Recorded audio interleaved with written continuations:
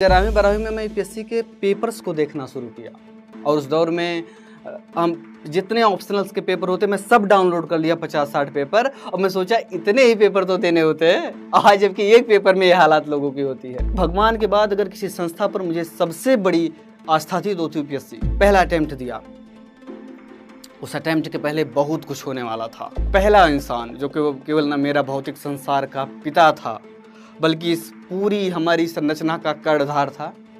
9 अगस्त 2020 को उनका मर्डर कर दिया गया। फिर एक बार वही दुर्भाग्यपूर्ण घटना कि हमारे बाबा जी जो थे, 6 को मेरा रिजल्ट आया फोन से शायद हो जाने, उसके बाद में 7 तारीख को वो भी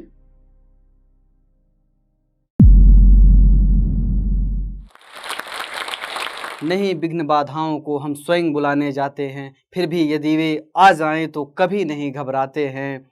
मेरे मत में वे विपदाएं हैं प्राकृतिक परीक्षाएं, उनसे डरे वही कच्ची हों जिनकी शिक्षा दीक्षाएं।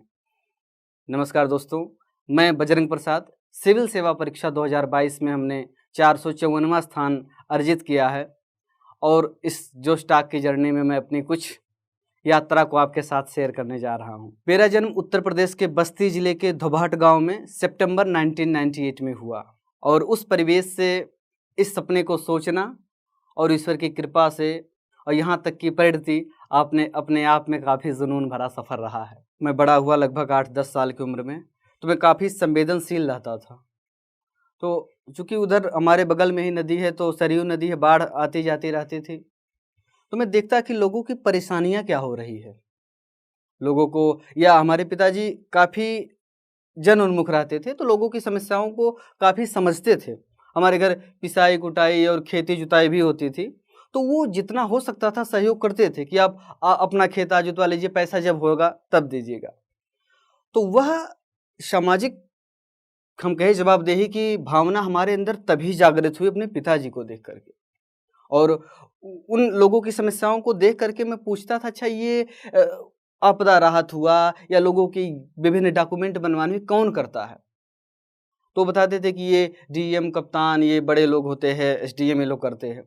तो ऐसे ऐसे जैसे जैसे हम समस्याओं से घिरते गए, मुझे ज़्यादा रुझान होने लगा कि कौन लोग, क्यों इतना ज़्यादा समय लग जाता। तो कहे कि अरे बहुत बड़ा ज़िला होता है, एक ही आदमी देखता है।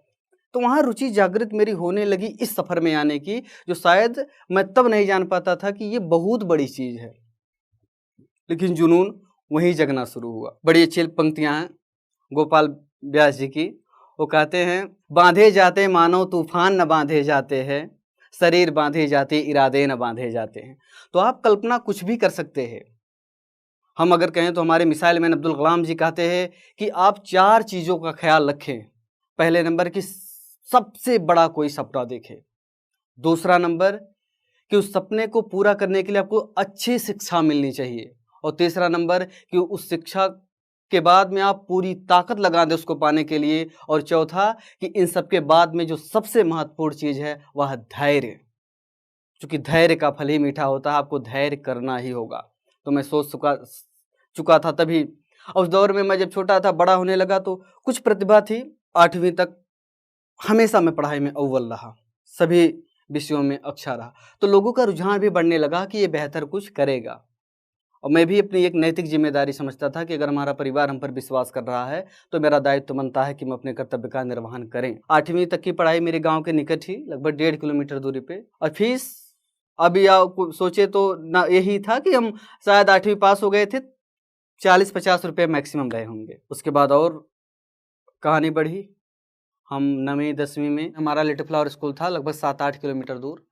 तो बस की सुविधा थी, लेकिन हम लोग कितना ज़्यादा कम पैसे में हम बेहतर तरीके से अपना शिक्षा को चालू रखें। भाई उतना ही पढ़ाई उतना ही फीस, तो वो बेहतर नहीं। तो हम साइकिल से ही आते जाते थे 7-8 किलोमीटर 2 साल तक। 9वीं 10वीं में बेहतर वहाँ भी हमारा प्रदर्शन रहा और मैं 2014 में 10वीं परीक्षा पास किया। फिर ये जो पहले के जुनून लगा रहा, ये पता नहीं क्यों ये परीक्षा हमारे दिमाग में बहुत पहले से बैठी रही, यहाँ जाना है। तो मैं 10वीं में 8वीं से ही कक्षा बच्चों से चर्चा करता था, मुझे इलाहाबाद जाना है। क्योंकि मैं अगर पूछता था अच्छा ये लोग बनते कहाँ, तो कहते थे कि जज डीएम सब वहीं इलाहाबाद से ही बनते हैं।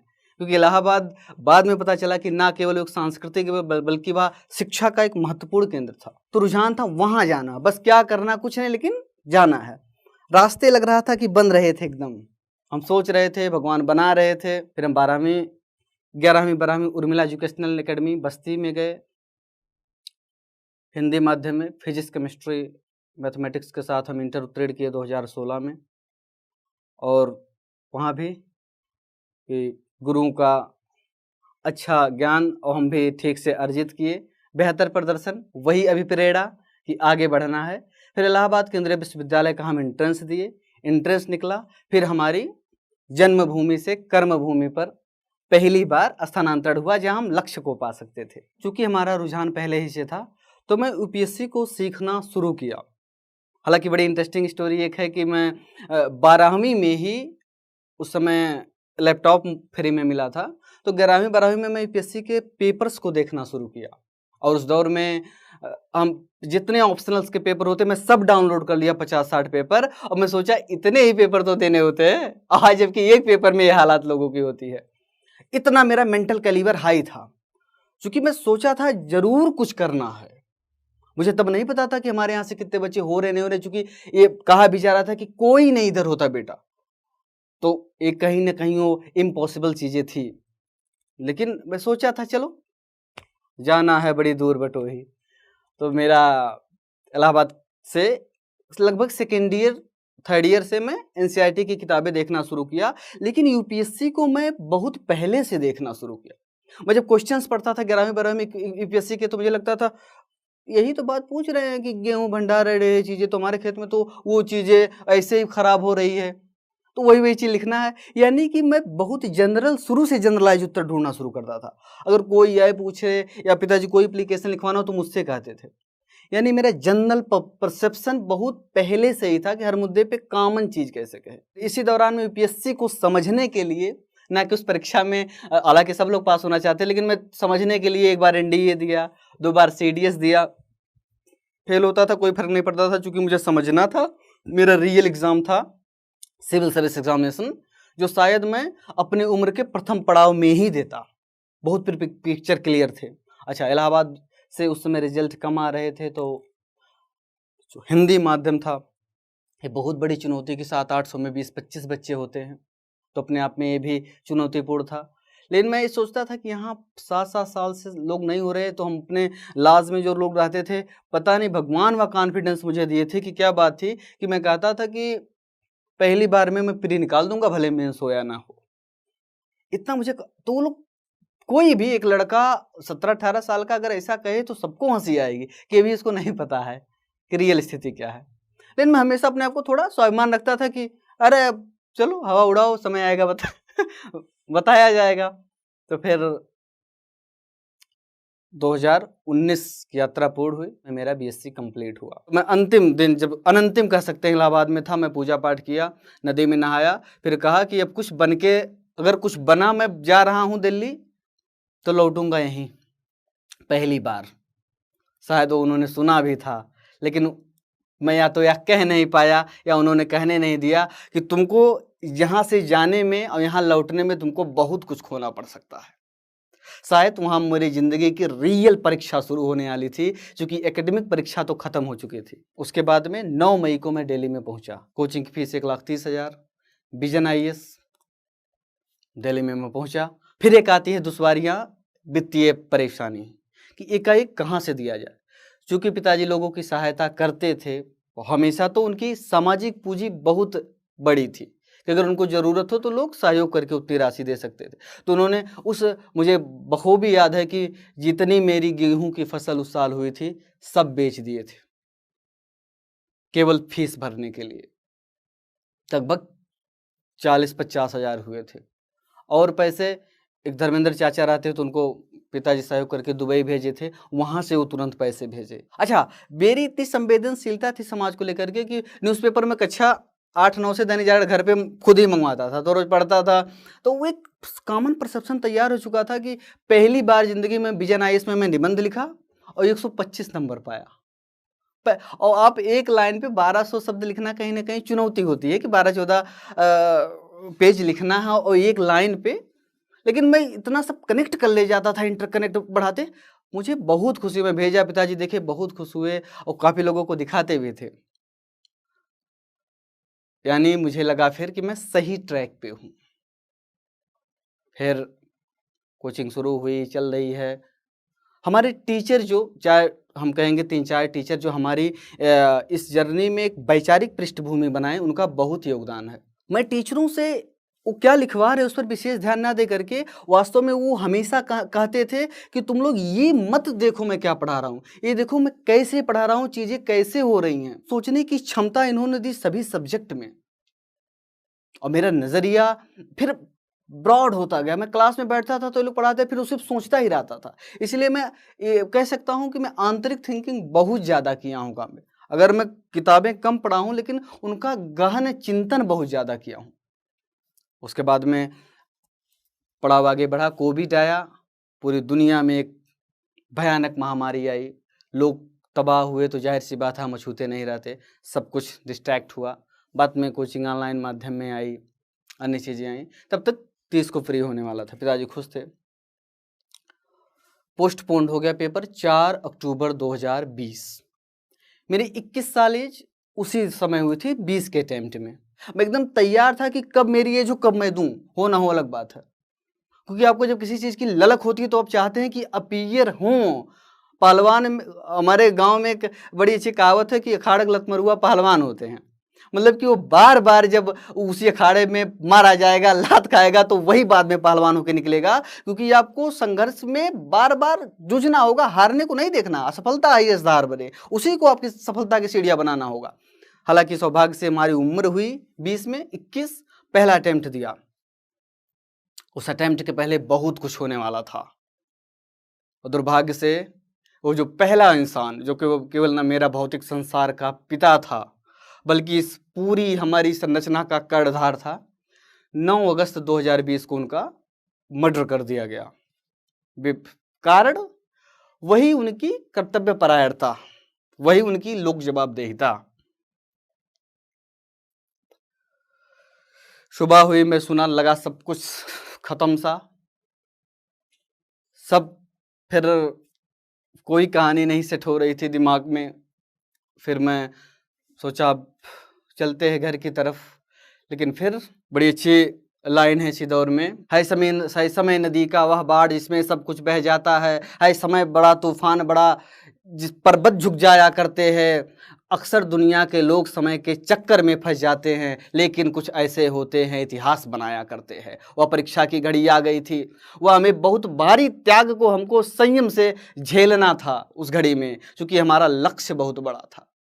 हमें खुद नहीं, हमें उस पिछड़े समाज के लिए जिनके मन में यह कुवृत्ति आई थी कि अगर किसी बेटा पढ़ रहा हो, कोई सही रास्ते पर चल रहा हो, उसको जो मारने की भावना आई है उसी को दूर करना था, कि अगर मैं कुछ हो जाऊंगा तो शायद फिर किसी परिवार के साथ यह घटना ना हो। मैं जो हुआ वो ईश्वर एक पिता है जो सबका देख रहा है, वो सबका पिता है। मेरी माता जी जो उस समय, कोई अंदाजा लगा सकता है कि दुखों का कितना भारी पहाड़ टूटा होगा, लेकिन उस स्थिति में कितनी संयम, कितनी धैर्य, कितनी दृढ़ता से उन्होंने हमसे फोन पे कहा कि बेटा, वो हॉस्पिटल में पोस्टमार्टम के सामने लाश पड़ी थी, कि तुम मत जाना, तुम जिस लिए गए हो उसी को याद रखना। मुझे लगा कि एक बार फिर मेरे मन में मेरा पिता जिंदा हो गया, क्योंकि सबसे बड़ी चीज है कि आपको आत्मविश्वास हो, आपको साहस मिले ऐसी स्थितियों में। और साहस जब मेरे घर की, जिसने, हमने तो अपना पिता खोया, उन्होंने तो सब कुछ खो दिया, और वो जब ऐसी कह रही हैं तो मुझे बहुत साहस मिला। भूल गया मैं क्या हो रही है, फिर अपनी कार्रवाई, घटनाएं चलती रहीं शिथिल में, वो तो न्यायिक प्रक्रिया के अंतर्गत है, वो सब चलती रहीं। मैं लगा फिर अपने लक्ष्य की तरफ। 45 दिन प्रीलिम्स बचे थे, अपनी पूरी ताकत लगाया, मेहनत से मैं पढ़ता था, बार बार केवल यूपीएससी को ही समझता था। वही मेरे लिए सबसे, क्योंकि भगवान के बाद अगर किसी संस्था पर मुझे सबसे बड़ी आस्था थी तो यूपीएससी। उसको मैं बचपन से ही मानता था कि ये फुल्ली अनबाइस्ड है, ये फेयर है, इसके लिए कोई मैटर नहीं करता कि गरीब का लड़का है या बहुत बड़े लोगों का लड़का है। 4 अक्टूबर 2020 प्रीलिम्स हुआ, दिया पूरी ईमानदारी से, संयम से, कोई हड़बड़ाहट नहीं। पेपर के टाइम में भूल जाता था कि मेरा नाम क्या है या मैं किस परिवार से आता हूं। पूर्ण समर्पण केवल पेपर की लाइनों पे और कहीं नहीं। पेपर दिया अच्छे से, भगवान की कृपा से 23 अक्टूबर को रिजल्ट आया और मैं उत्तीर्ण हुआ। काफी खुशी हुई। अच्छा, उस दौर में इंतजार करने में भी, इंतजार की घड़ी लंबी की, पहले से नहीं पता था कि थोड़ा मेंस देख लें, ये वो, कि इंतजार कर लें, आया फिर 10 दिन और थोड़ा सा राहत मिला। अब इस चक्कर में 1 महीने मेरा निकल गया। और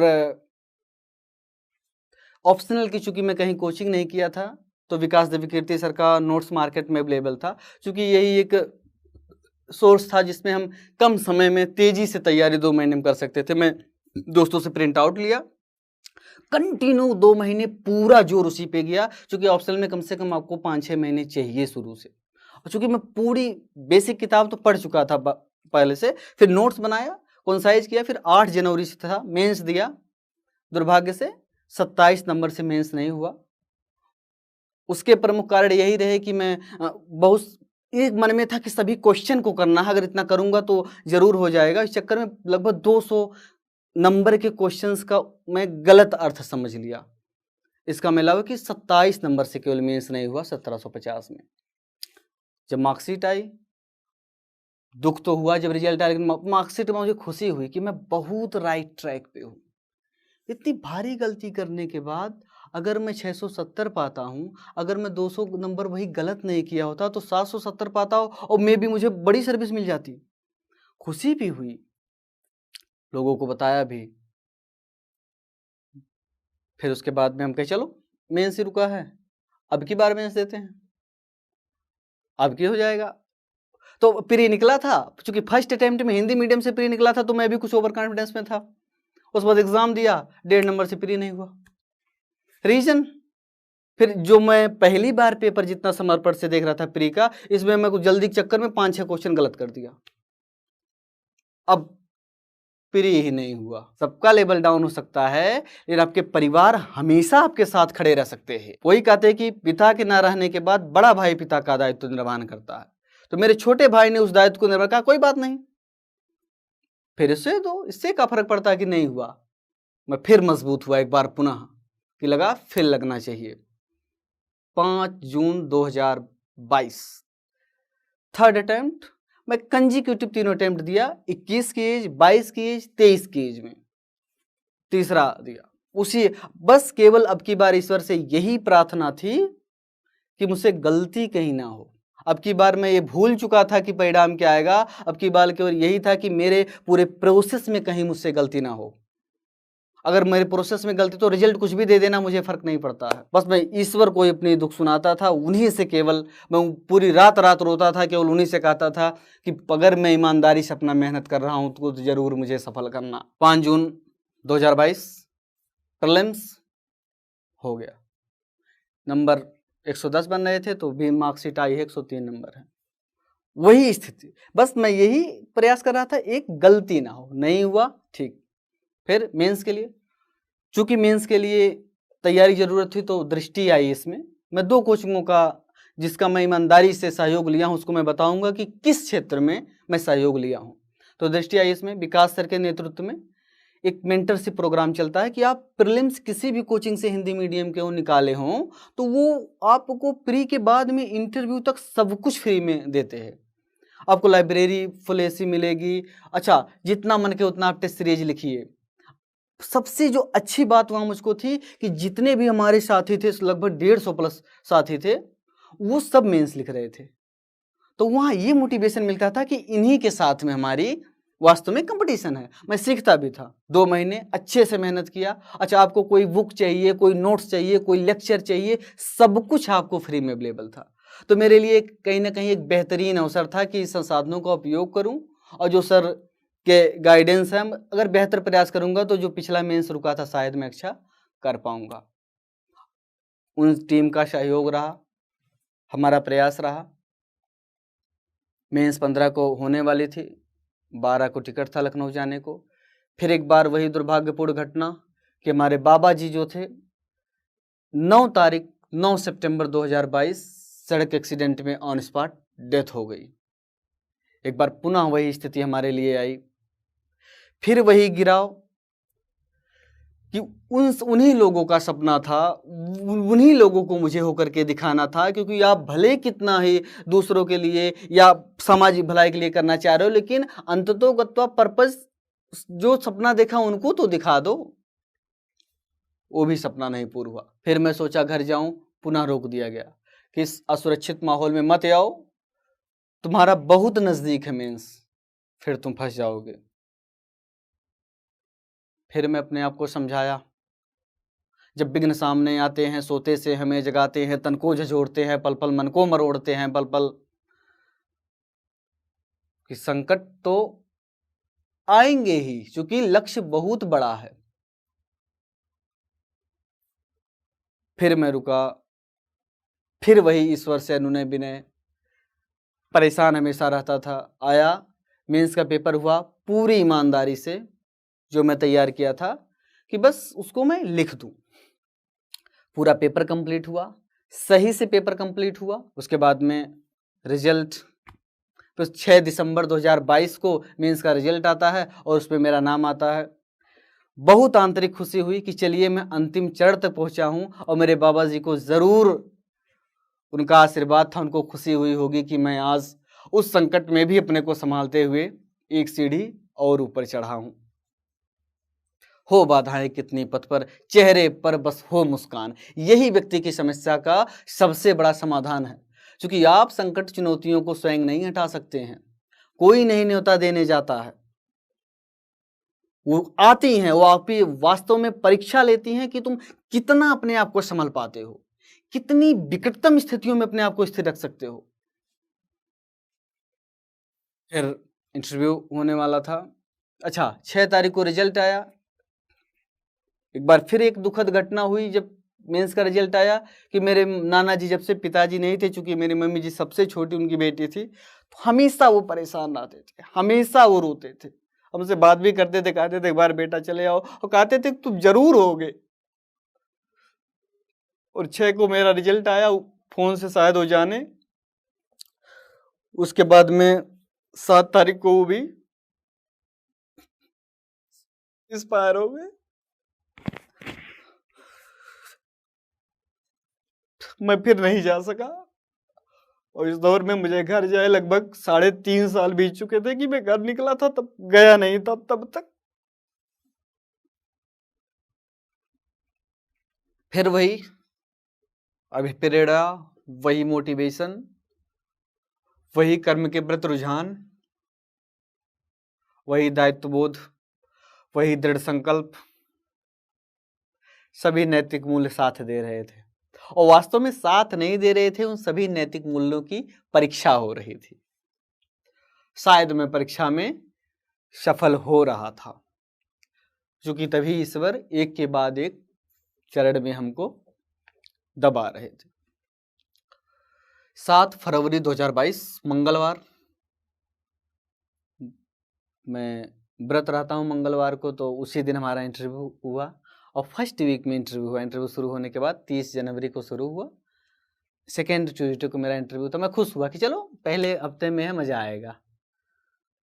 मेरा हमेशा से सपना था, जब से तैयारी शुरू किया, क्या जब से सोचा था कि मुझे एक दिन भारत के सबसे ब्रिलियंट लोगों से मिलने का मौका मिलेगा, जो उन लोगों की नियुक्ति करते हैं जो भारतवर्ष को चलाने में महत्वपूर्ण भूमिका निभाते हैं। इंटरव्यू में हरा मिसेस प्रीति सूदन मैम का बोर्ड था, 3 मैडम थी, 2 सर थे। साक्षात ईश्वर की अनुभूति हो रही थी कि अब माताओं का जब स्थान है तो भला तो होगा ही, यह आत्मविश्वास था। क्योंकि हमारे अंदर कोई किसी प्रकार का दुराग्रह नहीं है, और यह एक व्यक्तित्व परीक्षण है। यह हमारे नॉलेज पे निर्भर नहीं करता है, यह देख रहा है कि तुम 23 साल में रियल में तुम क्या हो, उसका परीक्षण कर रहा है। तो शायद मैं अपने आप को यहाँ बेहतर प्रदर्शित कर पाऊंगा, क्योंकि अगर मैं अपनी ईमानदारी से अपना काम किया रहूँगा तो न केवल उन जानकारियों को सही तरीके से प्रस्तुत करूँगा, बल्कि हमारे अंदर में कोई झूठ भी नहीं दिखेगा। इंटरव्यू हुआ, और भगवान की कृपा से हाल ही में ये जो रिजल्ट आया है 23 मई 2023, हमारे जीवन की हम कह सकते हैं एक बहुत ही सुंदर दिन था कि हमारे परिवार के लिए, हमारे उन पिताजी या हमारे जो सभी अब हमारे बीच नहीं लेकिन देख रहे हैं कि उनकी आकांक्षाओं की एक बहुत सुंदर परिणत होने वाली थी। मैं जो निवेदन करके इलाहाबाद प्रयागराज संगम से निकला था, शायद वह निवेदन भी पूरा होने की घड़ी आई थी कि मैं बन करके नहीं, मुझको वो संगम तीर्थराज प्रयाग मुझको खुद बुला लिया था एक दिन पहले कि तुम आओ। मैं एक दिन पहले गया, वहां पर नहाया, स्नान किया और फिर ट्यूसडे मंगलवार आया जिस दिन रिजल्ट आने का दिन था। मैं 3 दिन प्रयागराज में था, तीनों दिन त्रिवेणी संगम का स्नान करके आता, हनुमान जी की पूजा करता। जिस दिन रिजल्ट आने वाला था, दोस्तों को कुछ बुलाया। हम कहे मुझे कोई फर्क नहीं पड़ता रिजल्ट क्या आएगा, सब यही देखने वाले हैं, इनके ऊपर है। मैं अल्फ्रेड पार्क है जहाँ चंद्रशेखर आजाद पार्क जी स्वयं को सर्वोच्च बलिदान मातृभूमि के लिए कर लिए थे, उनकी एक मूर्ति लगी है, उनको प्रणाम किया। हम कि आप सा बलिदानी तो कोई नहीं हुआ, हमारे लिए बहुत होगा तो एक रिजल्ट बलिदान होगा और जो मैं भी पाया नहीं हूँ। उनको नमस्कार किया, फिर जाके उसी फील्ड में बैठा था और लगभग 1:30 बजे के बाद वो हमारे जीवन का एक स्वर्णिम अवसर शायद आया कि जब रिजल्ट में मैं नाम डाला, नाम मेरा पब्लिश हुआ। वास्तव में न केवल ये एक नैतिक जीत थी, एक पिता के सपने की पूर्ति थी, बल्कि उस पूरे समाज ग्रामीण क्षेत्र के बच्चों के लिए एक बड़े सपनों की पूर्ति थी कि अब हर कोई बच्चा सोच सकता है कि मैं भी बहुत बड़ी सर्विस डीएमएसपी मैं भी बन सकता हूं। तो इस रिजल्ट आने के साथ ही जैसा मैंने कहा एक बड़े सपने की पूर्ति हुई, लेकिन ये पूर्ति हुई नहीं, एक बड़े परीक्षण का दौर फिर शुरू हुआ जो आगे की हमारे कि कैसे हमारे कर्तव्य आगे रहेंगे इससे निर्धारित होगा। तो इन हम सफलता को इसी शब्दों में कहना चाहूँगा कि कितनी भी जीवन में विकट परिस्थितियाँ क्यों ना आए, वह लाइनें हमेशा रश्मि रथी की रामधारी सिंह दिनकर के हमको प्रेरित करती हैं कि बरसों तक वन में घूम घूम बाधा विघ्नों को चूम चूम, सा धूप घाम पानी पत्थर, पांडव आए कुछ और निखर, सौभाग्य न सब दिन सोता है, जाने आगे क्या होता है, जाने आगे क्या होता है। तो जरूर आप सफल होंगे, बस जरूरत है कलाम साहब की 4 लाइन कि सपने बड़े होने चाहिए, शिक्षा अच्छी होनी चाहिए, पूर्ण समर्पण से मेहनत होनी चाहिए जो विवेकानंद जी कहते हैं, और धैर्य होना चाहिए। धैर्य नहीं है कि तो सभी कर्म शायद बेकार चले जाएंगे। कितने भी संकट आए धैर्य से झेलिए, आप जरूर सफल होंगे। एक बार पुनः आप लोगों को बहुत बहुत धन्यवाद। हेलो एस्पिरेंट्स, हम में से बहुतों का सपना है आईएएस ऑफिसर बनने का, लेकिन ये जर्नी बहुत महंगी है और इसलिए बहुत एस्पिरेंट्स ने हमें रिक्वेस्ट किया कि क्या जोश एस्पिरेंट्स को हेल्प कर सकते हैं फाइनेंशियली उनकी जर्नी में। तो इसलिए जोश टॉक्स ने कांटेक्ट किया इंग्लिश मीडियम के लिए केएसजी आईएएस के खान सर को और आईएएस हब के एमके यादव सर को, और हिंदी मीडियम के लिए निर्माण आईएएस के केडी सर को। आपने शायद नाम तो सुना ही होगा। Khan sir, MK Yadav sir और केडी सर तीनों ही यूपीएससी के बहुत ही शानदार टीचर्स हैं जो दिल्ली में ऑफलाइन और ऑनलाइन दोनों पढ़ाते हैं। एमके यादव सर की एक बहुत famous student Ritika Jindal ma'am ने 2018 में AIR 88 हासिल किया। उन्होंने जोश टॉक्स भी दी है। उनके और बहुत से स्टूडेंट्स ने भी जोश टॉक्स दी हैं जो कुछ ही टाइम में रिलीज होंगी। खान सर और केएसजी आईएएस को तो इंट्रोडक्शन की जरूरत ही नहीं है। देश के सबसे जाने माने और रिस्पेक्टेड इंस्टीट्यूट्स में से है केएसजी। टीना डाबी, शायद आपको नाम याद होगा, सर की ही स्टूडेंट रही थी। केडी सर के भी बहुत स्टूडेंट्स ने यूपीएससी में टॉप रैंक्स प्राप्त की हैं। कुछ ही समय में सर के भी बहुत से स्टूडेंट्स की टॉक्स रिलीज होने वाली हैं। तो हमने तीनों सर को कांटेक्ट किया और रिक्वेस्ट किया कि जोश की फैमिली के लिए अगर वो एक बहुत ही बड़ी स्कॉलरशिप दे पाए, क्योंकि अब 24 में जो भी अटेम्प्ट देना चाहते हैं उनके लिए तैयारी करने का टाइम आ गया है। हमें बहुत ही खुशी है कि तीनों सर ने जोश की टीम को इसमें सपोर्ट किया है। जोश की फैमिली के लिए तीनों सर हमें स्कॉलरशिप प्रोवाइड करेंगे, यानी कि वही क्वालिटी एजुकेशन जिसकी फीस लाखों में जाती थी अब हम अफोर्ड कर पाएंगे। ये हेल्प वैल्यूएबल है सबसे ज्यादा हम नए एस्पिरेंट्स के लिए, जिन्हें फाउंडेशन कोर्स करना तो है लेकिन लाखों की फीस हम अफोर्ड नहीं कर सकते। जोश फैमिली की ये स्कॉलरशिप पाने के लिए हम नीचे दिए गूगल फॉर्म को फिल कर सकते हैं। जब आपको कॉल आए तो प्लीज मेंशन करना मत भूलना कि आप जोश फैमिली का पार्ट है, ताकि आपको ये स्कॉलरशिप मिल पाए। जोश टॉक्स को बहुत गर्व है कि अब एस्पिरेंट्स को जोश सिर्फ कहानियों से नहीं बल्कि असलियत में फाइनेंशियली सपोर्ट कर पा रहा है। जोश टॉक्स का सपना कभी भी सिर्फ टॉक्स बनाना नहीं था। जोश का मानना है कि हम सब में एक काबिलियत है अपनी जिंदगी में कुछ बड़ा हासिल करने की, मगर कुछ परिस्थितियां हमें ये अपने अंदर के टैलेंट को बाहर आने नहीं देती। लेकिन अब कम से कम हमारी फाइनेंशियल स्थिति हमें अपने आईएएस के सपने से रोक नहीं सकती। जोश टॉक्स एक बड़े भाई की तरह है, हर वक्त हम सबको जिंदगी में आगे ले जाने के प्रयास में लगा रहता है। आप जाके बस अपना 100% दीजिए, एक भी दिन जाया ना होने दें, बाकी सब जोश के हाथ में। जय हिंद।